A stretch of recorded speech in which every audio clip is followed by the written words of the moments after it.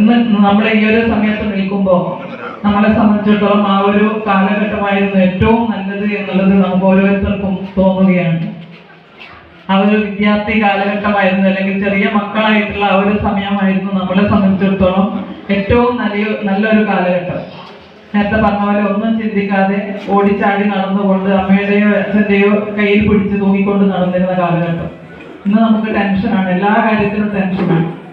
നമ്മൾ ഓരോന്ന് നേടിയെടുക്കുമ്പോഴും അതിനപ്പുറത്തേക്കുള്ളത്, അല്ലെങ്കിൽ മക്കളുടെ പഠനം, അല്ലെങ്കിൽ അവരുടെ ജോലി, അവരുടെ കല്യാണം കഴിഞ്ഞാൽ അവർക്ക് മക്കളായിട്ടില്ല, മക്കളായി കഴിഞ്ഞാൽ മക്കൾ അവരെങ്ങനെ വളരുന്നു എന്നുള്ള ടെൻഷൻ, സ്കൂളിൽ പോയി കഴിഞ്ഞാൽ അവർ തിരിച്ചു വരുന്നവരുടെ ടെൻഷൻ, അവര് ഫോൺ ഉപയോഗിക്കുമ്പോൾ നമുക്ക് ടെൻഷൻ, അവര് പുറത്ത് പോയിട്ട് വരാൻ ലേറ്റ് ആയാൽ നമുക്ക് ടെൻഷൻ, അവര് നമ്മുടെ ഗേറ്റ് കടന്നു പോയാൽ എന്തൊക്കെയാണ് ചെയ്ത് കൂട്ടുന്നത് എന്നുള്ളത് അറിയാത്തതിലുള്ള ടെൻഷൻ.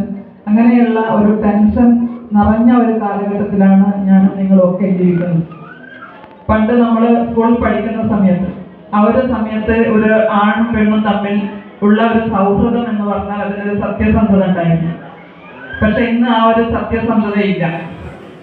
ഒരു മിക്കവാറും ആ ഒരു രൂപത്തിലേക്കാണ് ഇന്നത്തെ നമ്മുടെ കാലഘട്ടം പോയിക്കൊണ്ടിരിക്കുന്നത്. അന്ന് നമ്മളൊരു ആണ് അല്ലെങ്കിൽ ഒരു പെൺകുട്ടി ആൺകുട്ടി എന്ന് പറയുമ്പോൾ അത് സൗഹൃദം മാത്രമായിരുന്നു. ഇന്ന് ചെറിയ മക്കൾ പോലും അതിൽ നിന്നും വ്യത്യസ്തമായി കൊണ്ടുള്ള ആ ഒരു രീതിയിലാണ് ഇന്ന് വളർന്നു വരുന്നത്. അതിന് ഏറ്റവും പ്രധാനപ്പെട്ട കാരണം നേരത്തെ മാഷ് പറഞ്ഞതുപോലെ തന്നെ ആ ഒരു നമ്മുടെ ഫോണും നമ്മുടെ ഒരു സോഷ്യൽ മീഡിയയുടെ ഇടപെടലും. മക്കൾ പോലും ഇന്ന് അത് കണ്ടുകൊണ്ടാണ് വളരുന്നത്. അവർക്ക് ഏത് സൈറ്റിൽ പോയി എന്തൊക്കെ കാണണം എന്നതുപോലും ചെറിയ മക്കൾക്ക് പോലും അറിയുന്ന ഒരു കാലഘട്ടത്തിലാണ് നമ്മൾ ജീവിക്കുന്നത്.